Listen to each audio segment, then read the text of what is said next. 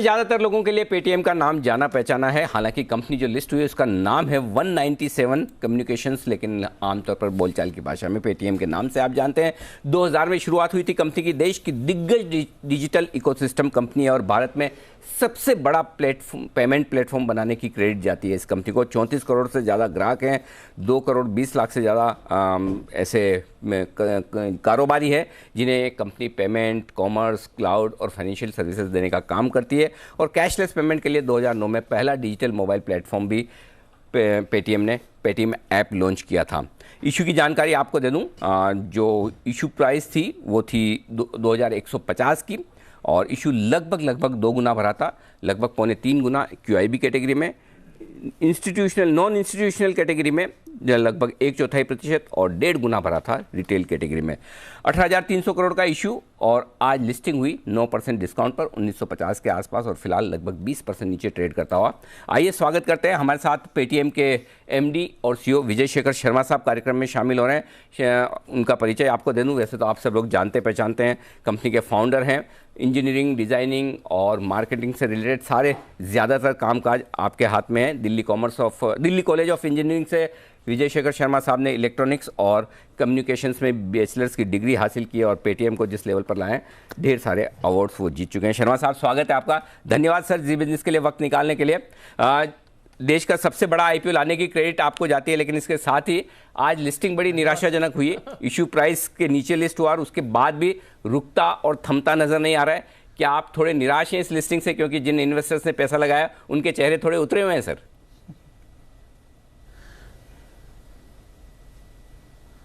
Sir, सबसे पहले तो मैं देश के उन सारे इन्वेस्टर्स को धन्यवाद करूंगा और आपके लिए धन्यवाद करूंगा कि मेरे को आप इस चैनल पे लाए हो और उनको बात करने का मौका दे रहे हो। और मैं ये बात बोलना चाहूँगा कि हमारे जो इन्वेस्टर्स हैं वो एक दिन के इन्वेस्टर्स नहीं थे। होपफुली कल तो उन्होंने पैसे इन्वेस्ट करके शेयर लिए हैं, आज तो शायद वो बाय और सेलर नहीं होंगे। तो जो सेल कर रहे हैं वो इन्वेस्टर्स कहना उनको थोड़ा सा और लगेगा क्योंकि एक दिन का इन्वेस्टमेंट नहीं होता, मेरा ये मानना है। और बाकी मार्केट जानता है। तो अपनी तो जर्नी स्टार्ट हुई है सर। पहली 2 बॉल में 2 विकेट गिरने से टीम हारती नहीं है सर। यही बोलूंगा। तो आज तो ये बताना चाहता हूँ कि आज का दिन तो बहुत ही बड़ी उपलब्धि है हमारे देश के लिए और हमारी टीम के लिए कि उन्होंने IPO पूरा कर दिया सर। बहुत बड़ी चीज है और मैं ये फील ही नहीं कर पा रहा था कल तक कि कितनी बड़ी चीज है और आज मुंबई में आके समझ में आता है कि किस तरह से एक IPO बहुत बड़ी चीज है। ठीक बात है। सभी को धन्यवाद एंड सभी को बहुत बहुत धन्यवाद कि उन्होंने हमारे फेथ लाए सर। ठीक बात है, बिल्कुल। तो इन्वेस्टर्स ने आपकी कंपनी पर और आपके मैनेजमेंट पर भरोसा जताया। अब बारी है आपकी तरफ से कि उनके भरोसों को बरकरार रखें। जो आमतौर पर लोगों को एक ही चीज़ से समस्या है, बाकी सब जानते हैं पेटीएम का बड़ा नाम है, मार्केट लीडर है, मतलब ब्रांड भी ऐसी है पेटीएम की कि मतलब पेमेंट करना है तो कोई लोग ये नहीं कहते कि मैं ऑनलाइन पेमेंट कर दूं। लोग कहते हैं अरे पेटीएम कर दो, फिर वो मीडियम कुछ भी हो। उस लेवल की ब्रांड आपने बनाई है, वो काबिल तारीफ है। लेकिन लोग जानना यही चाहते हैं सर, मुनाफे में कब आएगी कंपनी, प्रॉफिट कब दिखाएंगे आप? और वो अगर पता चल जाए तो फिर शायद इन्वेस्टर्स का भी हौसला बढ़ जाए, उनके चेहरे पे मुस्कान और आ जाए।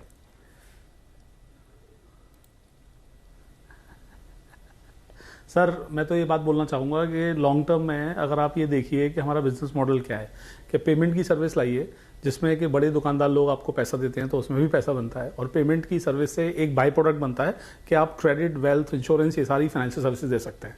तो अच्छी बात क्या है कि हमारे बिजनेस मॉडल में 2020 में रेगुलेटर ने एक डिजिटल लेंडिंग गाइडलाइन घोषित करी। उसके बाद से हमारा लेंडिंग का बिजनेस एक तरीके से टेक ऑफ करा।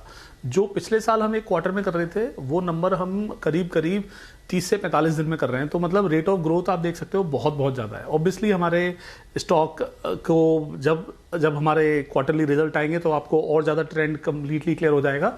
मैं आपको ये बात बता सकता हूं और अब सारे शेयर होल्डर्स को भी और सारे इन्वेस्टर्स को भी, और मैंने ये बात अपने रोड शो में भी कही थी कि देखिए हमारे अंदर हम बहुत सारे बिजनेसेस की एक प्लेटफॉर्म है जिसके अंदर एक बिजनेस होगा जिसमें बहुत सारा प्रॉफिट बन रहा होगा और फ्री कैश भी जनरेट कर रहा होगा। दूसरा बिजनेस होगा जिसमें इन्वेस्टमेंट चाहिए होगा और तीसरा बिजनेस होगा जो कि लॉस मेकिंग भी होगा। तो आप कंबाइंड लेवल पे बात करते हैं और हमारे यहाँ मल्टीपल सर्विसेज और मल्टीपल बिजनेसेस का कंबाइंड बिजनेस मॉडल है। तो ये बात मैं जरूर आपको समझा देना चाहता हूँ और आपके द्वारा दर्शकों को समझाना चाहता हूँ कि पेटीएम के बिजनेस में बहुत सारे प्रॉफिटेबल लाइन आइटम है। ये तो हम अपने लिए अपने फ्यूचर में जो बिजनेसेस आने वाले हैं, जैसे आपने खुद ही कहा इंश्योरेंस, मैंने बताया क्रेडिट और इंश्योरेंस और वेल्थ, इनमें हम इन्वेस्टमेंट कर रहे हैं। तो इसलिए आपको लगता है कि कंबाइंड लेवल पे कंपनी में लॉस है, बट अदरवाइज अगर आप देखें तो डिफरेंट लाइन आइटम बेसिस पे हम बहुत ही खुश हैं इस बात से कि किस तरह की प्रदर्शन हमारे बिजनेस कर रहे हैं और किस किस तरह से हमारे कस्टमर्स उनको प्यार और यूज कर रहे हैं। अच्छा सर, तो जो मैं समझाऊं, 3 तरह के आपके मेन बिजनेस है। पेमेंट सर्विसेज का जो बिजनेस है, जिसमें आप जो कस्टमर्स आपके पेमेंट गेटवे का और आपके प्लेटफॉर्म का इस्तेमाल कर रहे हैं उससे थोड़ी बहुत फीस आप लेते हैं, मर्चेंट से आप फीस लेते हैं, राइट? तो एक तो ये आपका बिजनेस हो गया, ये प्रॉफिटेबल है। दूसरा बिजनेस है आपका कॉमर्स और क्लाउड का, वो भी प्रॉफिटेबल है। तीसरा बिजनेस है फाइनेंशियल सर्विसेज का, जिसमें आप म्यूचुअल फंड्स, ब्रोकिंग वगैरह आपने शुरू किए, ये शायद अब प्रॉफिटेबल होगा, राइट? या ये भी प्रॉफिटेबल हो चुका है?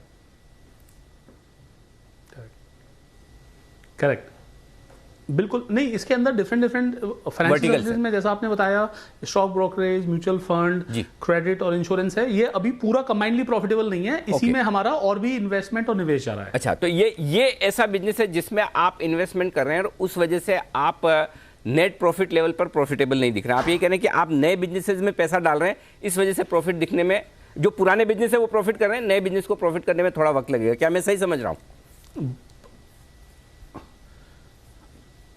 जी अनिल जी, आपने बहुत ही अच्छी तरह से बताया है और बहुत ही सही शब्दों में बताया, और मैं यही बात बताना चाहता हूँ कि देखिए, प्लेटफॉर्म बिजनेस के बड़े फायदे होते हैं। ये मैंने एग्जांपल थोड़ी देर पहले लिया कि आप ये मानिए कि आप थाली खा रहे हो, जिसमें कि एक बिजनेस है जिसमें कि आपको डेजर्ट मिल रहा है, मतलब मिठाई मिल रही है, प्रॉफिट मिल रहा है। एक बिजनेस है जिसमें आपको तीखा लग रहा है क्योंकि आपको इसमें अभी इन्वेस्टमेंट जा रहा है। तो ये ना एक तरीके से हम एक बुके हैं।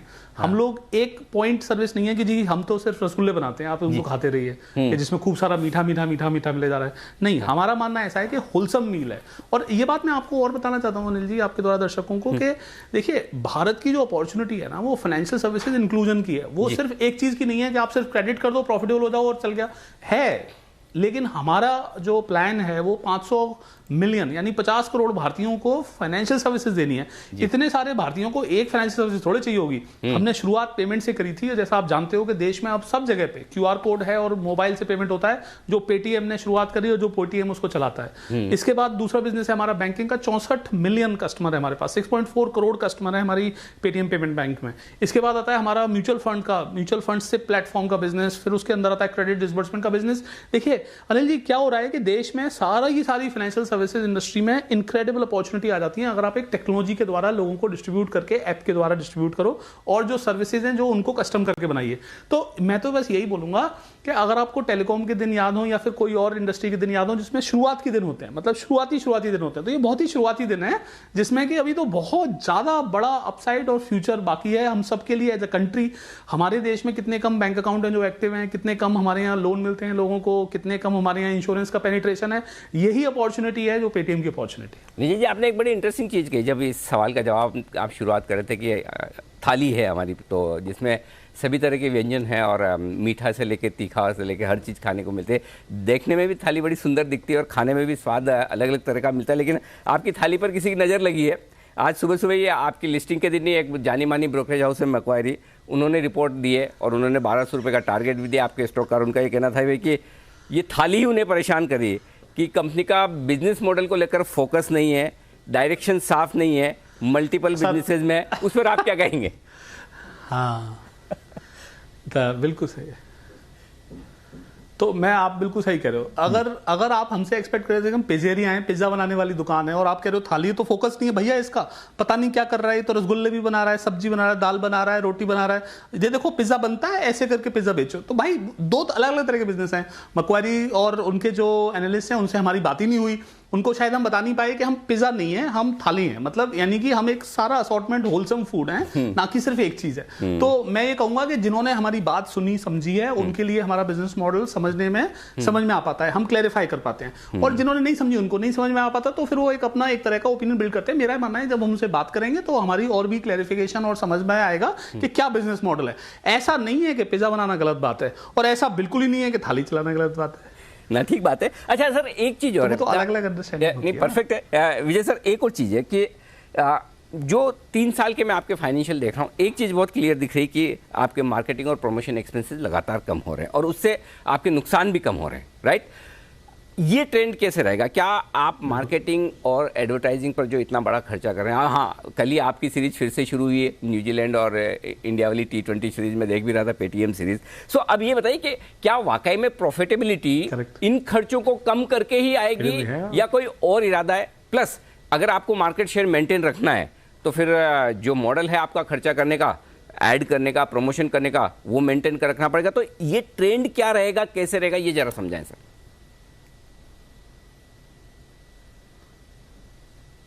अब बहुत अच्छा सवाल कराया आपने, और मैं आपको एक बात बताता हूँ। मैं करीब 3 साल पहले हम लोगों ने एक पब्लिक मार्केट इन्वेस्टर हैं, टी रो प्राइस म्यूचुअल फंड इन्वेस्टर हैं वो यूएस के, उनसे फंड रेजिंग करी।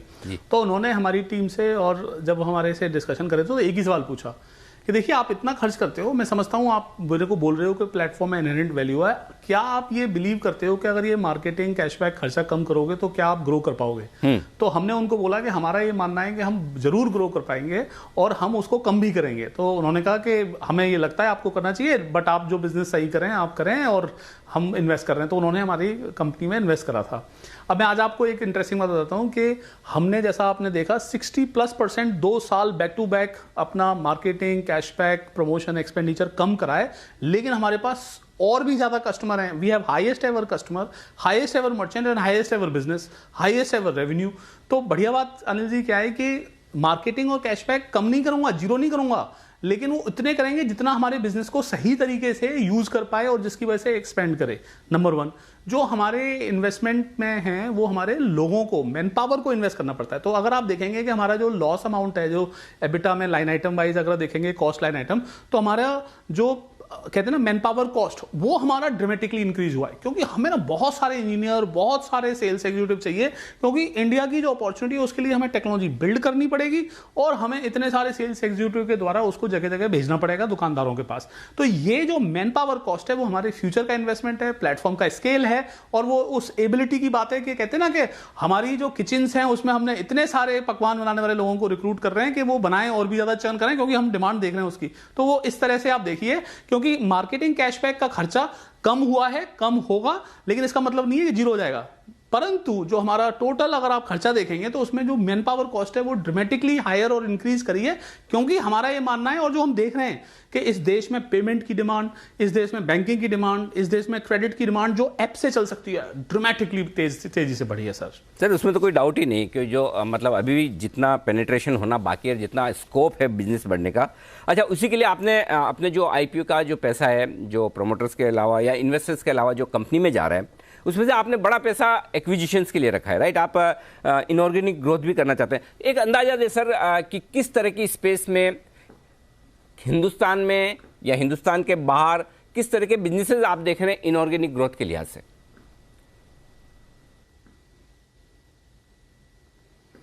तो सर मैं आपको पहली बात बताता हूं कि सबसे बड़ा खर्चा हमारा जो हमने जो प्रोसीड में दिखा हुआ है वो है investment in expansion of consumer and merchant base. ये हमारा सबसे बड़ा खर्चा है। और जो आप एक्विजिशन बोल रहे हो वो हमारा न्यू इनिशिएटिव, बड़ा वर्ड है, न्यू इनिशिएटिव है। न्यू इनिशिएटिव का मतलब ये नहीं है कि हमें कंपनी एक्वायर करनी पड़ेगी तभी हम उसको M&A और न्यू इनिशिएटिव बोलते हैं। हम वो न्यू इनिशिएटिव उन चीज़ों में भी डाल सकते हैं, जैसे कि हमने अपनी एक कंपनी इंक्यूबेट करी, एक्सपेंड करी। जैसे आपको पता होगा हम लोगों ने NUE, न्यू अम्ब्रेला एंटिटी की तरह से एक एप्लीकेशन फाइल करी हुई है। अगर उसमें हमारे को मिलता है तो हमें उसमें इन्वेस्टमेंट करना पड़ेगा। प्लस हमारे को, जैसे कि अभी हमारे बहुत सारे बिजनेसेस हैं जिसमें कि हमने शुरुआत भी नहीं करी, तो उनमें इनिशिएट करना पड़ेगा। तो पहली बात ये बताना चाहता हूं अनिल जी आपको कि हमारे पास कोई M&A टारगेट नहीं है, और ना ही हमारा कोई प्लान प्राइमरीली M&A और इन्वेस्टमेंट के द्वारा है। हम ना बिल्डर टाइप के लोग हैं, जो मेहनत करते हैं, अपने हाथ से ईंट चुनते हैं, वो वाले टाइप के लोग हैं। हम लोग वो हैं जो मेहनत करते हैं, अपनी बिल्डिंग खुद बनाते हैं। In other words, we build our technology and we expand and bring it to the customers by ourselves. We are not buyers and consolidators. आप देखिए हमारी हिस्ट्री में अगर आप देखोगे तो छोटी छोटी 1 करोड़, 5 करोड़, 10 करोड़, सबसे बड़ी कंपनी अगर हमने कभी एक्वायर करी होगी तो $10-20 मिलियन की एक्वायर करी होगी। यानी कि हम लोग कभी भी हम एक्वायर की जगह पे बिल्ड में बिलीव करते हैं। तो ना तो अभी हमारे पास कोई टारगेट है और ना ही हमारा कोई प्राइमरी प्लान है उस तरह का। हमारा प्राइमरी प्लान है कि देश में कंज्यूमर, मर्चेंट और फाइनेंशियल सर्विसेज में खूब सारा इन्वेस्टमेंट की जरूरत है, जिसकी तरफ हमारा निवेश लगा रहेगा। सर इसमें मेरे 2 सवाल है सर। जो कंज्यूमर और मर्चेंट्स की आपने बात की, कंज्यूमर और मर्चेंट से जो आप पैसा बनाते हैं, जो आपका कोर बिजनेस है, राइट, उसमें सर वो हर एक आपका जो मर्चेंट से जो रेवेन्यू आता है उसका परसेंटेज धीमे धीमे कम हो रहा है। शायद उसकी वजह एक ये हो सकती है कि पहले एक पेटीएम ही था, अब 50 आ गए, हर कोई पेमेंट बैंक बन रहा है, हर कोई पेमेंट करता है, सब कहता है मैं भी करूंगा, तो अब जो आप उनसे पैसा ले सकते थे शायद वो कम ले रहे हैं, या जो आप कस्टमर से ले सकते थे वो नहीं ले पा रहे। तो पहले तो ये बताएं सर, ये जो कम हो रहा है इसे कैसे मेंटेन करेंगे, और दूसरा ये जो कंपटीशन बढ़ रहा है इसका मुकाबला कैसे करेंगे?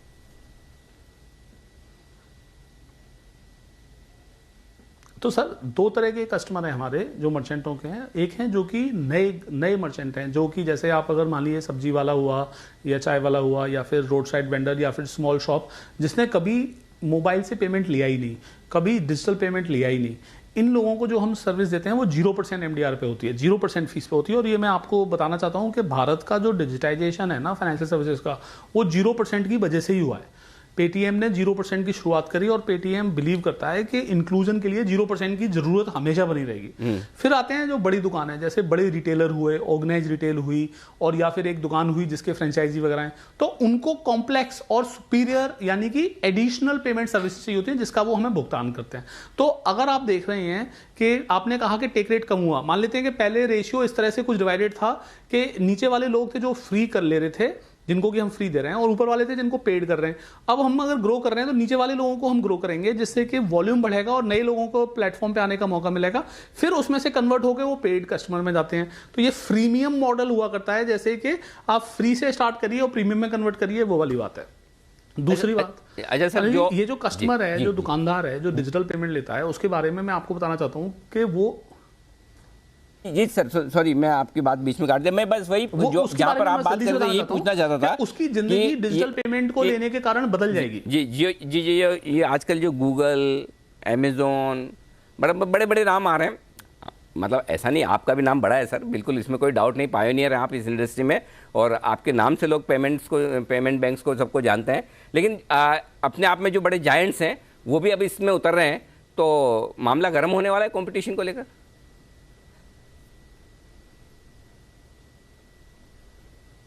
सर मैं एक बात बताना चाहता हूँ कि देश के पेमेंट इंडस्ट्री की खास बात क्या है कि जितना कंपटीशन आता है ना उतना मार्केट बड़ा हो जाता है, और जब तक कोई लॉन्ग टर्म कमिटेड नहीं है वो मार्केट में से फिर धीरे धीरे करके हट भी जाता है। तो आप अगर देखो तो पेमेंट जो इतने सारे थर्ड पार्टी प्लेयर और ऐप आ रहे हैं वो NPCI के सिस्टम को यूज़ करके आते हैं जिसमें 0% फी मिलती है और 0% बिजनेस मॉडल है। तो क्या होता है कि वो सब प्यार मोहब्बत में तो तेज़ी से आते हैं और फिर उसको स्केल करते हैं, और उसके बाद उनको रेवेन्यू मॉडल जब दिन फर्क पड़ेगा वो उस हिसाब से अपने मॉडल को चेक करेंगे। अभी हमें तो ये लगता है कि जब वो आते हैं, जब कंपटीशन आता है तो मार्केट को बड़ा कर रहा है। आपने देखा होगा कि टेलीकॉम का मार्केट तब बड़ा हुआ जब ज़्यादा प्लेयर आए, क्योंकि रेट कम होता है, रीच बढ़ती है और बढ़ती है। फाइनली फिर जाके कस्टमर पेटीएम पे मैच्योर हो जाता है, दुकानदार पेटीएम पे मैच्योर हो जाता है। और वहाँ पे मैं आपको जो बता रहा था कि जो दुकानदार अपना डिजिटल पेमेंट लेता है, मोबाइल से पेमेंट लेता है, उसके बारे में एक बहुत ही बढ़िया चीज़ होती है इस देश के लिए, उस दुकानदार के पास अपने ऑडिटेड फाइनेंस शीट होती नहीं है, बैलेंस शीट, GST वो फाइल नहीं कर पाते क्योंकि वो उस लिमिट के नीचे होते हैं। तो उनको कोई भी फॉर्मल फाइनेंशियल इंस्टीट्यूशन पैसे देने से कतराता है। तो उनको जो इनफॉर्मल है, महंगा वाला है, 24%, 36% ऐसा वाला लोन लेना पड़ता है। अभी क्या है कि अगर वो मोबाइल से पेमेंट प्राप्त कर रहे हैं तो उनकी एक डिजिटल ट्रेल बनती है कि किस प्रकार के ग्राहक उस दुकान पे आ रहे हैं, किस प्रकार का पेमेंट कर रहे हैं, और उस सिस्टम के बेसिस पे जो पेमेंट प्राप्त हुई है दसियों लोग उनको लोन देने सकते हैं। तो इसकी वजह से भारत की ग्रोथ होती। जब भारत के वो दुकानदार और वो जो बिजनेसमैन और छोटे लोग जिनको कभी किसी बड़ी और फॉर्मल फाइनेंशियल इंस्टीट्यूशन ने लोन नहीं दिया, जब वो दे पाते हैं, उनके द्वारा लोन प्राप्त कर पाते हैं, इससे फाइनेंशियल इंस्टीट्यूशन यानी बैंक NBFC का बिजनेस बड़ा होता है और उस व्यक्ति का बिजनेस बड़ा होता है। हमें उसके बीच में डिस्बर्समेंट के पैसे मिलते हैं, टेक्नोलॉजी के पैसे मिलते हैं, कलेक्शन के पैसे मिलते हैं, जो हमारा बिजनेस मॉडल है। तो मैं ये बताना चाहूंगा कि पेमेंट में टेक रेट कम होने का मतलब रेवेन्यू कम हो रहा नहीं है, उसका मतलब है कि ऐसे लोग सिस्टम में आ रहे हैं जिनको पहले कोई भी फाइनेंशियल सर्विस नहीं मिली थी। हाँ, ये बात सही है, एकदम 100% सही कह रहे हैं आपकी। जो एकदम सोसाइटी में लोएस्ट लेवल पर हैं और जो generally financial services, insurance, mutual funds, broking ये सब नहीं करते थे, वहाँ आप पेनिट्रेशन करें, वो बड़ा मार्केट है।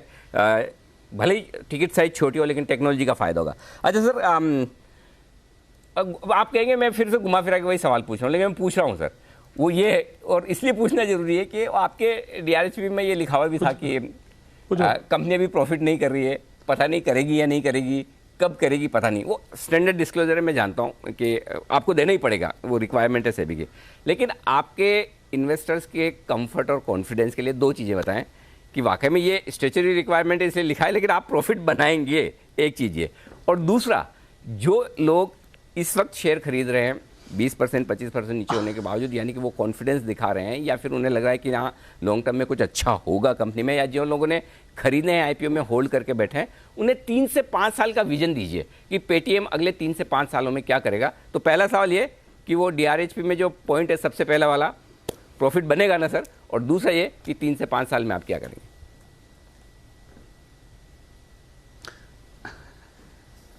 अनिल जी, आप बहुत ही सही हैं, और मैं कहूँगा कि जो कॉमन रिटेल इन्वेस्टर है उसके बिहाफ पे आप बहुत अच्छा बोलते हैं और बहुत अच्छी बात पकड़ के लाते हैं। बहुत बहुत साधुवाद, आपको साधुवाद। तो मैं ये बोलना चाहूँगा बाकी सारे जो हमारे यंग इन्वेस्टर्स हैं, छोटे इन्वेस्टर्स हैं, उनके बताना चाहूँगा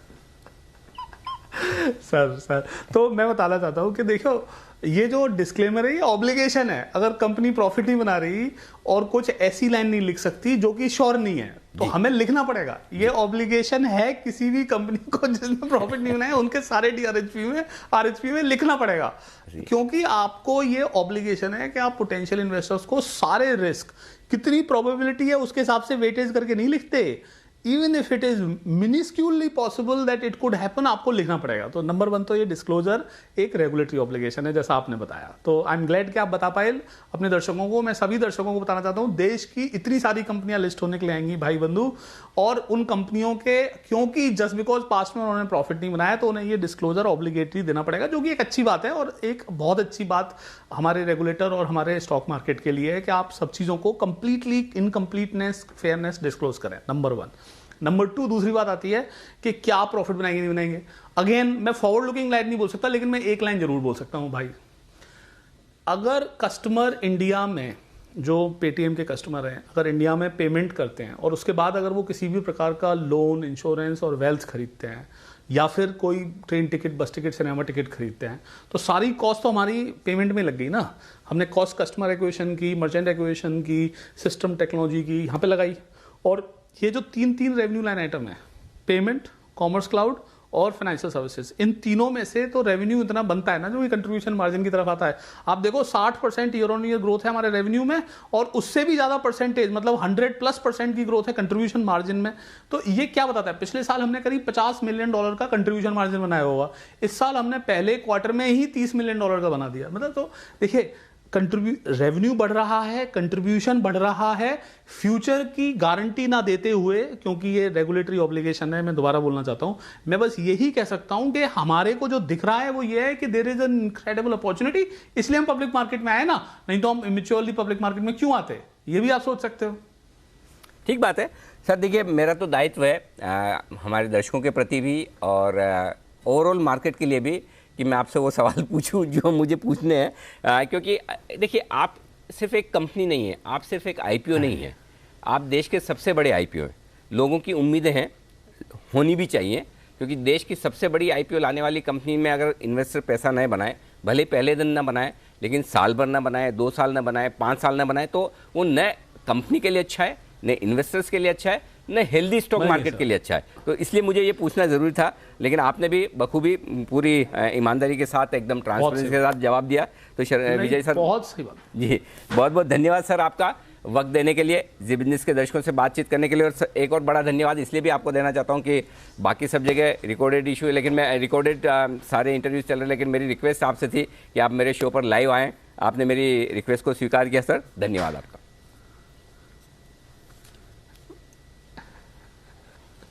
धन्यवाद अनिल जी, और आपके दर्शकों को भी नमस्कार, और आपको भी नमस्कार कि आप मेरे को लाइव लेके आ पाए, जिससे दर्शकों को भी पता चले। और आप भी जानते हो कि ऐसी कोई भी चीज़ नहीं है जो कि हम ट्रांसपेरेंटली, कंप्लीटली नहीं बोलते। तो इसलिए बहुत बहुत धन्यवाद आपको यहाँ बुलाने, मेरे को यहाँ बुलाने का, and look forward to see you once again. बिल्कुल सर, और आपको बहुत बहुत शुभकामनाएं। कैपिटल मार्केट की आपकी जो इनिंग की शुरुआत हुई है, उम्मीद करें कि आप, आपकी कंपनी और आपके सारे इन्वेस्टर्स आगे चलते हुए जरूर आपकी कंपनी में, आपके इन्वेस्टमेंट्स पर पैसा बना पाएंगे। और दीप, एक और चीज़ जो विजय सर के को कहना भी चाहता हूँ कि मेरी आदत नहीं है कि मैं रिकॉर्डेड इंटरव्यू करूँ, और मैं सर आप ही के साथ नहीं है, मैं किसी के साथ नहीं करना चाहता, न मैं किसी के साथ शेयर पहले सवाल शेयर करना पसंद करता हूं, ताकि जो सवाल निकले वो दिल से निकले और जो जवाब आए दिल से आए। बाकी तो दर्शक हमारे इतने सब समझदार है, जो कहते हैं ना कि ये पब्लिक है, सब जानती है, उन्हें सब पता चलता है कौन कितना सही कौन कितना गलत बोल रहा है। तो thank you very much sir. जी, thank you so much, thank you बिल्कुल। तो पेटीएम के एमडी और सीईओ विजय शेखर शर्मा साहब बताते हुए कंपनी की लिस्टिंग पर और आगे की योजनाओं पर। अब आप खुद अंदाजा लगा सकते हैं कि आगे किस तरह का कंपनी का प्रदर्शन रह सकता है। देखते हैं, तिमाही नतीजा आने दें, उसके बाद देखेंगे क्या कुछ होता है। तो ये था पेटीएम का टॉप मैनेजमेंट।